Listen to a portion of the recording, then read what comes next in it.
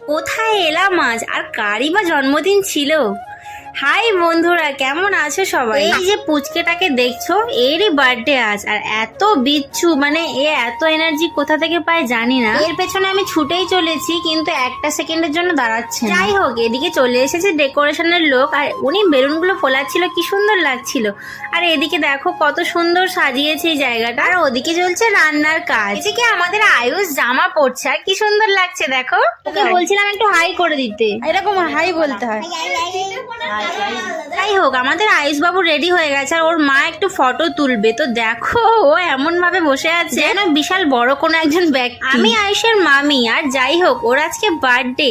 আমি ওকে আশীর্বাদ করি ও যেন অনেক বড় হয়, অনেক ভালো থাকে। ডেকোরেশনের পর একটু ফাঁকা পেয়ে আমি বেশ ভালো করে ফটো তুলে নিচ্ছিলাম, আর দেখাচ্ছিলাম যে দেখো কত সুন্দর বেলুন টেলুন দিয়ে সাজিয়েছে। আর আমাকে কেমন লাগছে তোমরা কমেন্টে বলো।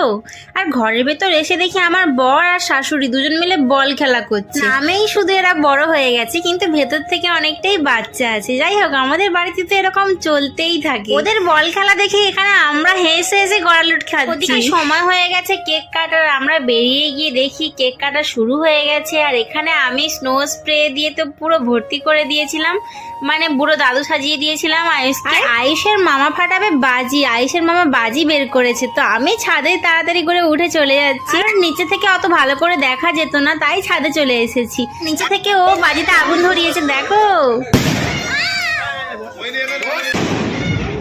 সত্যি দেখতে কি অসাধারণ লাগছিল। এবার খাওয়া দাওয়ার পালা, আমরা খেতে থাকি, আর তোমরা তাড়াতাড়ি চ্যানেলটাকে সাবস্ক্রাইব করে দাও।